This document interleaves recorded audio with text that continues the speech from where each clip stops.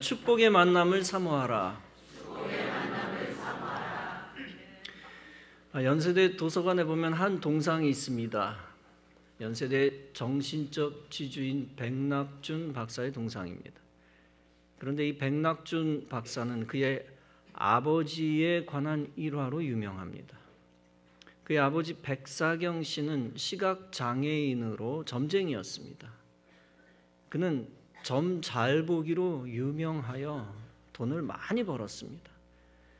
그러자 백낙준 박사와 어머니를 버려두고 첩을 두어 떵떵거리며 살았습니다. 그런 어느 날 전도자가 나타났습니다. 백사경 씨에게 이렇게 말하며 전도했습니다. 당신의 영혼과 후손들의 장래를 생각해서 점치는 생활을 청산하고 예수를 믿으라. 백 씨는 전도자를 호통치며 야단쳤습니다. 그러자 전도자도 지지 않고 말했습니다. 당신이 계속 이렇게 살면 죽어서 지옥에 간다. 그뿐 아니라 자손들도 망할 것입니다. 그런데 이 일이 있은 후부터 백무당은 밤이면 잠을 자지 못했습니다. 잠만 자려 하면 그 전도자의 소리가 자꾸 귀에 쟁쟁거리는 겁니다. 자식 멸망받을지 그만두고 예수 믿고 천당 가시오. 그 소리가 밤마다 들려와 견딜 수가 없었습니다. 그는 결국 교회를 찾아갔습니다. 목사님과 온 교우들은 의아해했습니다. 점쟁이 백사경 씨가 교회를 왜 찾아왔는가?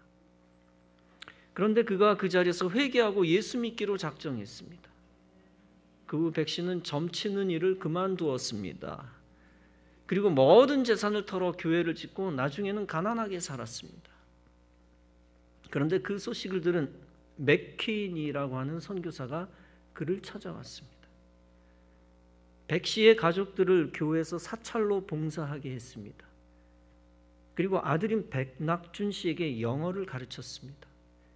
그리고 영창중학교에 입학시켜 공부도 시켰습니다. 졸업 후 선교사는 그를 중국으로 데리고 갔습니다. 그곳에서 신성고등학교에서 학교를 마치게 하였습니다. 그리고 미국으로 유학을 보냈습니다.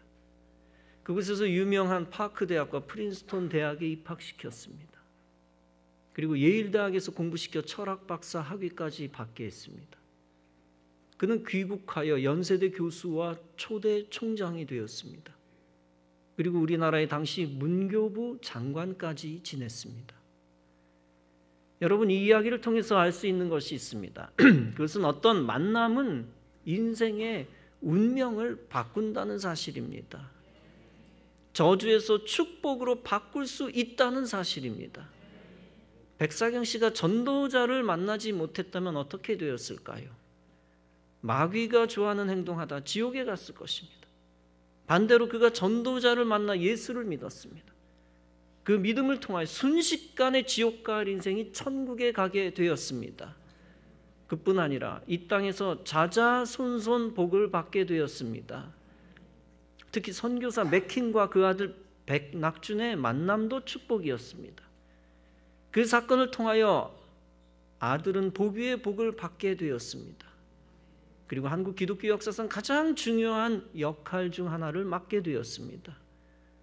가장 천한 사람이 가장 중요한 사람으로 바뀌는 축복입니다. 본문은 고넬료의 이야기입니다. 지난주 새벽에 고넬료에 관한 이야기를 말씀드렸습니다. 로마 군인 고넬료가 있습니다. 그는 백부장입니다. 로마 군병 100명을 거느린 백부장입니다. 이 백부장이 경건했다고 했습니다. 하나님을 경외했다고 했습니다.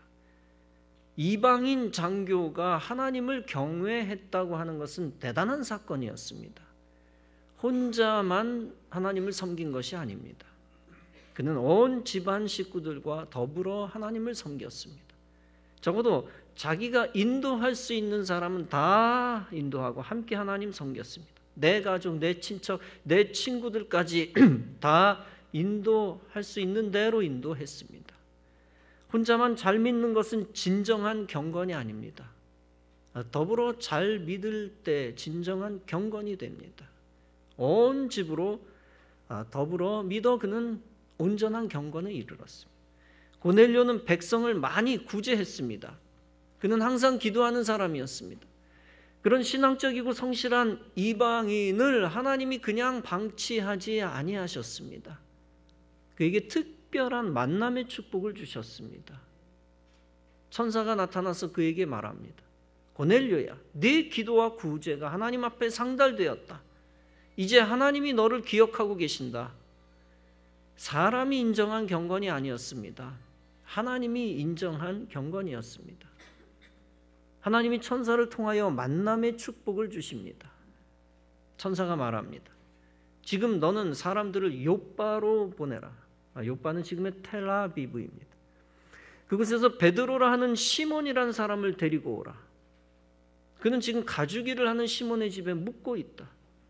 이렇게 천사는 고넬료와 베드로가 만날 수 있는 길을 열어줍니다. 그런데 천사의 일은 그것으로 끝나지 않습니다. 확실하게 천사는 베드로에게도 당부를 합니다. 베드로가 정오에 기도하기 위해 지붕으로 올라갑니다. 그 기도 중에 베드로는 황홀경에 빠져 환상을 봅니다. 하늘이 열리고 큰 보자기 같은 것이 내려오는 걸 봅니다. 그 보자기는 네 귀퉁이가 묶여져서 땅으로 내려옵니다. 그 안에는 온갖 종류의 네 발 가진 짐승들이 있었습니다. 또 기어다니는 동물들과 공중의 새들이 들어 있었습니다. 그때 천사가 말합니다. 베드로야, 일어나 그것들을 잡아먹어라. 그러나 베드로가 말합니다. 주여, 아닙니다. 나는 부정하고 불결한 것은 먹은 일이 결코 없습니다. 두 번째 소리가 또한 들립니다. 하나님께서 깨끗하게 하신 것을 속되다 하지 마라. 이런 일이 3번 일어났습니다. 그리고 그 보자기는 갑자기 하늘로 들려져 올라갑니다. 본문에서 베드로가 아직 그 환상이 무슨 뜻인지 모릅니다. 그때 고넬료가 보낸 사람들이 시몬의 집까지 왔습니다. 그때 성령께서 그에게 말씀합니다. 보아라, 3사람이 너 고넬료를 찾고 있다. 이제 일어나서 아래로 내려가라. 그리고 주저하지 말고 그들과 함께 가라. 내가 그들을 보냈기 때문이다. 그래서 베드로가 내려가서 그 사람들에게 말합니다. 내가 당신들이 찾고 있는 바로 그 베드로요. 당신네들이 온 이유가 무엇이요? 그들이 대답합니다. 우리는 고넬료라는 백부장이 보내서 왔습니다. 그는 의인이고 하나님을 두려워하는 사람입니다. 또 온 유대 백성으로부터 존경을 받고 있는 사람입니다. 그분이 한 거룩한 천사로부터 지시를 받았답니다. 그것은 당신을 그의 집으로 모시고 오라는 지시입니다. 그리고 당신이 말하는 것을 들어보라는 지시입니다. 그래서 베드로는 그들을 안으로 들어오게 하여 그들을 묵게 합니다. 그리고 다음날 베드로는 일어나서 그들과 함께 떠납니다. 욥바로부터 몇 사람 형제들이 그와 동행합니다. 이렇게 의로운 이방인 고넬료를 하나님이 사랑하셔서 기회를 주십니다. 즉 베드로를 만나 진리를 들을 수 있는 축복의 기회입니다. 실제 베드로는 고넬료와 고넬료 집안을 위해 설교합니다. 예수께서 3일 만에 부활하셨다. 그리고 예수님은 장차 종말의 심판주가 되신다. 그런 예수님의 이름을 힘입어 사람은 죄사함을 받는다. 이 설교 중에 하나님이 역사하시기 시작합니다. 베드로의 진리의 말씀을 듣는 모든 사람들 위에 성령이 내려오십니다.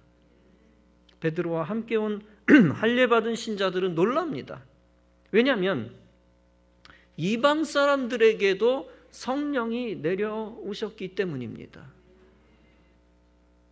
특히 성령의 은사가 내려왔는데 이방인들이 방언을 하며 하나님을 찬양했기 때문입니다. 베드로는 그 이방인들에게 예수의 이름으로 세례를 받으라고 명합니다. 세례받은 이방인들이 베드로에게 며칠 더 계시라고 요청을 합니다. 이 고넬료가 받은 만남의 축복이 무엇입니까? 이방인이 만날 수 없는 사도 베드로를 만났다는 겁니다.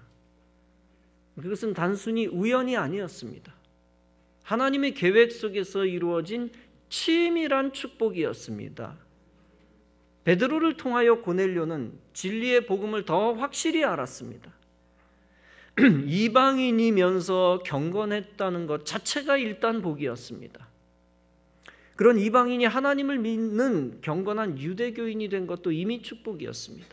그러나 축복은 그것으로 그치지 않습니다. 진정한 축복은 경건한 유대교인 고넬료가 경건한 그리스도인 된 것입니다. 그것은 마지막 가장 큰 축복이었습니다. 땅에서 경건했던 초보자가 이제 영생 있는 하늘의 경건자가 된 것입니다. 과거에는 단순히 세상의 권세자였지만 이제는 진정한 하늘의 권세를 갖게 된 것입니다. 땅의 사람에서 하늘의 사람으로 영적 진급을 이룬 것입니다. 특히 고넬료가 베드로를 만난 축복은 고넬료만의 축복으로 끝나지 않습니다. 고넬료와 그의 가족들, 그의 이웃들이 성령 받는 축복으로 이어집니다. 그리고 그들이 세례를 받고 천국 백성 된 축복이 이루어집니다. 즉 고넬료 개인이 베드로를 잘 만난 이후에 생긴 공동체의 축복입니다. 개인의 축복으로 끝난 것이 아니라 공동체의 축복으로 이어졌다. 그 만남으로 인하여 고넬료 주위의 사람들까지 함께 복을 받은 것입니다. 하나님이 고넬료를 사랑하셔서 만남의 축복을 주신 것입니다. 고넬료가 베드로를 만날 수 있도록 하나님이 역사하신 것입니다. 그런데 고넬료가 베드로를 만나지 못했다고 가정해 봅시다. 그렇다면 고넬료는 하나님을 온전히 만나지 못했을 것입니다. 어쩌면 세상적으로만 잘 나가는 권세자로 끝났을지도 모릅니다.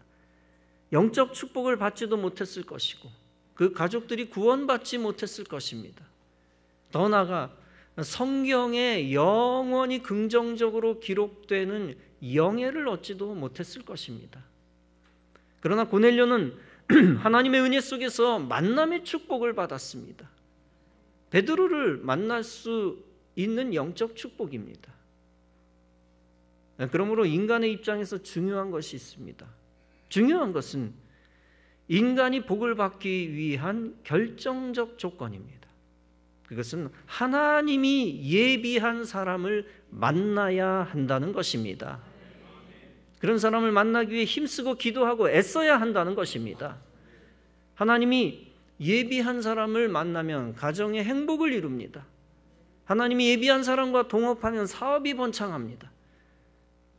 하나님이 예비한 사람과 신앙생활하면 믿음이 올라갑니다. 또 하나님이 예비한 사람과 함께 공부하면 좋은 학교에 들어갑니다. 하나님이 예비한 스승이나 동료를 만나면 인생 성공하는 자가 되는 것입니다. 내가 그냥 사람을 잘 만날 수는 없습니다. 하나님이 예비하신 사람을 잘 만나야 성공하는 것입니다. 인생을 살다 보면 실패하기도 하고 성공하기도 합니다. 항상 성공할 수는 없습니다. 그러나 항상 실패만 하고 끝나는 인생이 되어서는 안 됩니다. 인생 마지막 순간까지 복이 없이 망하는 인생이 되어서는 안 됩니다. 실패하다가도 하나님의 도움을 받아 다시 일어나야 합니다. 낙심하다가도 하나님의 도움을 받아 다시 힘을 내야 합니다. 믿음을 잃었어도 하나님의 도움을 받아 다시 강력한 믿음을 회복해야 합니다. 가정의 평안과 건강을 잃었어도 잃을 때도 있겠죠. 잃었어도 다시 평안과 건강을 되찾아야 합니다. 그러기 위해서는 하나님의 도움을 받아야 되고 무엇보다도 성령 충만해야 합니다. 왜냐하면 인간이 하나님의 영으로 충만하지 아니하면 영적으로 위험하기 때문입니다. 결국 마귀가 역사하기 때문입니다. 마귀가 역사하면 하나님의 영이 떠나가고 만남의 축복은 사라집니다. 만남의 축복이 사라지면 어떻게 될까요? 잘못된 만남으로 이어집니다. 잘못된 만남을 지속하게 되면 지옥에 가기도 하고 이 땅에서 멸망하기도 합니다. 사기를 당하기도 하고 생명을 잃어버리기도 합니다. 희대의 사기꾼 신천지 교주 이만희를 만난 사람들이 어떻게 되었습니까? 가정 버리고 사업장 버리고 마귀말 믿고 저주받은 인생이 되었습니다. 그 영혼은 지옥에 가게 되었고 속은 자는 사회의 암적 존재가 되었습니다. 국민도 지도자 잘못 만나면 전체가 함께 가난의 저주에 들어갑니다. 정치 초년병이 정치 지도자 잘못 만나면 정치 생명 날아갑니다. 주부가 무당 만나면 재산 날리고 저주받은 인생이 됩니다. 입학생이 하나님 대적하는 교수 잘못 만나면 교회 떠나 영적 심판을 받습니다. 길에서 알코올 중독자 운전자를 만나면 다치거나 죽습니다. 가정에서 알코올 중독자 만나면 행복을 잃어버립니다. 의사 잘못 만나 성형수술 받다가 죽은 사건도 최근에 있었습니다. 사기꾼 만나면 제 아무리 똑똑한 사람도 사기당하고 재산을 다 잃어버립니다. 아무튼 인생은 사람 잘 만나야 합니다. 그런데 내 맘대로 마귀 같은 사람을 피할 수 있는 것이 아닙니다. 얼굴에 마귀라고 써붙이고 다니는 거 아니잖아요. 피할 수 있는 게 아닙니다. 하나님이 도와주셔야 피할 수가 있는 것입니다. 그리고 내 마음대로 천사 같은 사람을 만날 수 있는 것이 아닙니다. 이 세상에 천사 같은 사람은 존재하지도 없지만 되도록 양심적인 사람을 만나야 되는 겁니다. 그런데 나 양심 있어 라고 양심 자격증 가지고 다니는 사람 있습니까? 없습니다. 양심적인 사람을 내 마음대로 만나는 것이 아닙니다. 나의 인생에 도움이 되는 사람을 한눈에 알아보는 것은 불가능합니다. 이래나 저래나 우리는 하나님의 도움을 받아야 합니다. 첫째는 하나님이 그런 사람을 알려주실 때 알아야 합니다.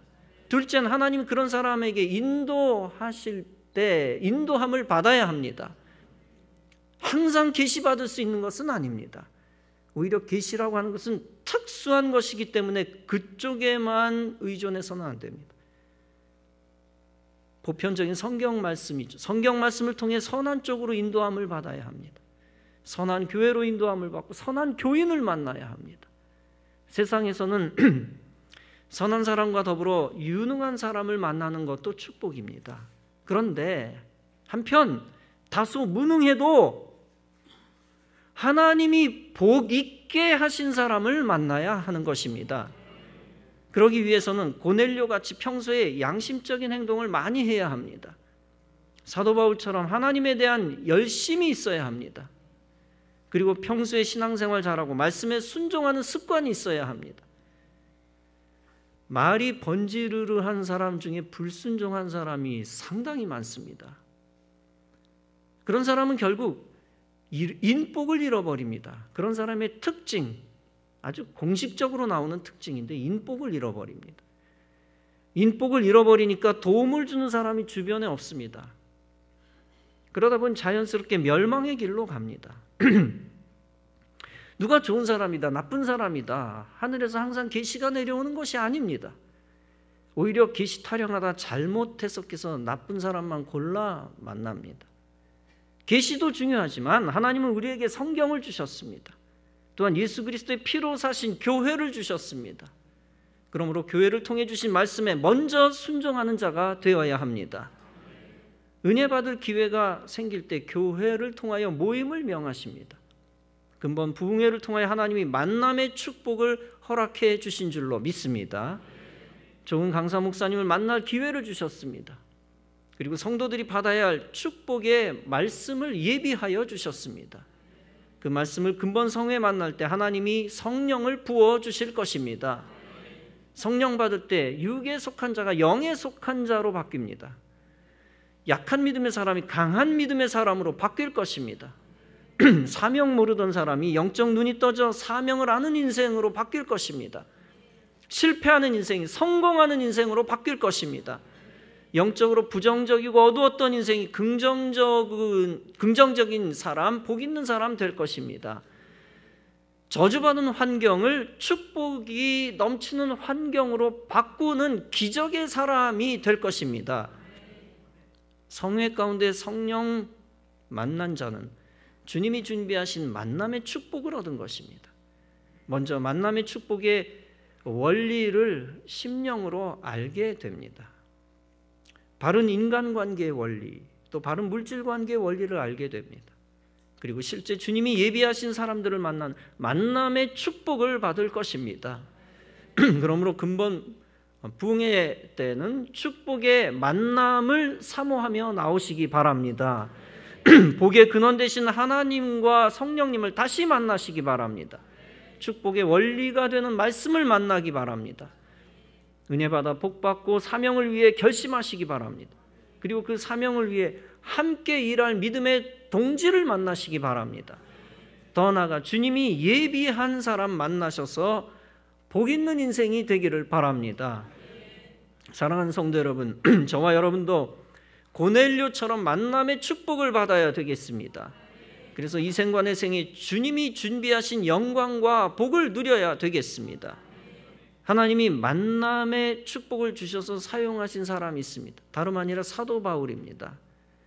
만남의 축복 때문에 사도 바울은 위대한 사도가 되었습니다. 누구와 만났습니까? 다름 아니라 아나니아입니다. 바울이 사울이었을 때, 이름이 사울이었을 때 다메섹 도상에서 엎드려져서 시력을 잃었습니다. 사울은 유다의 집에 있었습니다. 그때 아나니아가 유다의 집에 찾아와 사울을 만납니다. 아나니아가 사울에게 안수하여 말합니다. 정황까지 얘기하면서 안수하며 말합니다. 형제 사울아, 예수께서 나를 보내었다. 예수께서 너로 나 다시 보게 하시고 성령으로 충만하게 하신다. 그랬더니 즉시 사울의 눈에서 비늘 같은 것이 벗어져 다시 보게 되었습니다. 그리고 그가 일어나 세례를 받고 음식을 먹고 강건하게 되었습니다. 그때가 바울의 오순절이었습니다. 그 사건으로 인하여 사울은 성령 충만하여 회복되어 살아났습니다. 그리고 그 힘으로 장차 사명 감당하는 사도 바울이 되었습니다. 다시 말해 바울은 하나님이 계획하신 만남의 축복을 받은 사람입니다. 아나니아와의 만남입니다.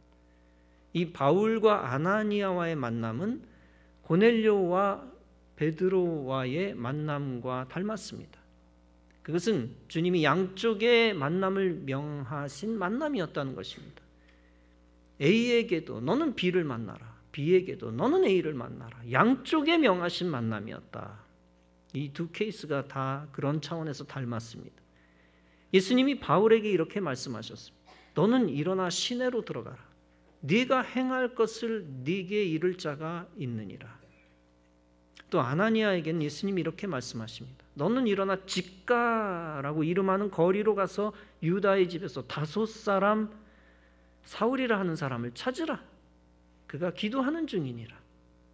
그뿐 아니라 예수님은 바울에게 보여주신 것이 있습니다. 그것은 아나니아가 바울에게 안수할 때 바울이 다시 보게 되어지는 환상입니다.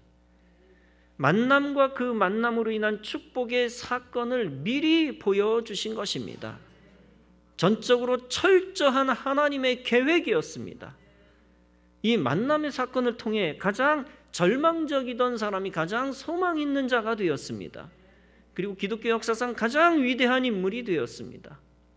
사랑하는 성도 여러분, 세상에서 성령님의 도움이 필요 없는 사람은 없습니다. 성령 충만함의 은혜 없이 살아갈 수 있는 사람은 없습니다. 그리고 만남의 축복 없이 행복할 수 있는 사람은 없습니다. 무엇보다 성령께서 만나게 하는 사람을 만나야 합니다. 그래야 복 있는 사람 만나 복을 받게 됩니다.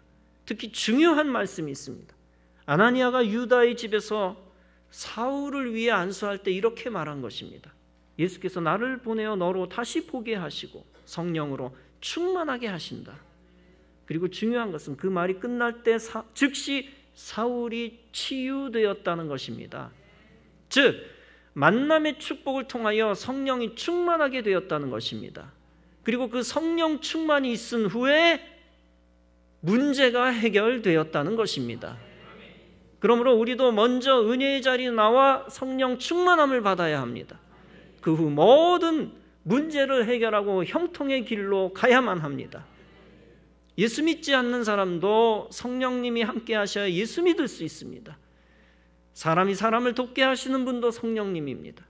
모든 도움도 성령님이 허락하셔야 가능한 도움들입니다. 하나님이 여러분을 불신자 가운데 보내실 때 순종해야 합니다. 불신자를 만나고 그들을 예수께 데리고 와야 합니다.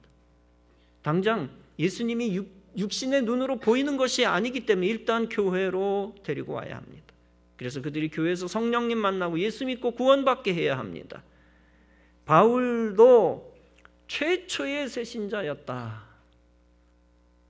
기독교 그리스도 역사 속에서 최초의 새신자가 바울이었다 하는 사실을 우리가 잊어서는 안 됩니다. 만남의 축복을 받으면 새신자도 위대한 기독교인과 사명자가 되는 것입니다. 원대한 하나님의 계획 속에서 여러분이 아나니아와 베드로의 역할도 감당해 나가시기 바랍니다. 만남의 축복의 주인공이 되어 고넬료와 바울 같은 사명자를 만드시기 바랍니다. 동시에 여러분 자신이 만남의 축복의 주인공이 되어 고넬료와 바울같이 쓰임받는 은혜도 받으시기 바랍니다. 그 귀한 사건을 위해 만남의 축복과 은혜의 자리를 귀하게 여기시고 사모하시기 바랍니다. 그래서 주님이 예비하신 영적 육적 축복을 받아 귀하게 쓰임받는 복 있는 자로 거듭나는 성도 여러분 다 되어지시기를 주님의 이름으로 축원합니다.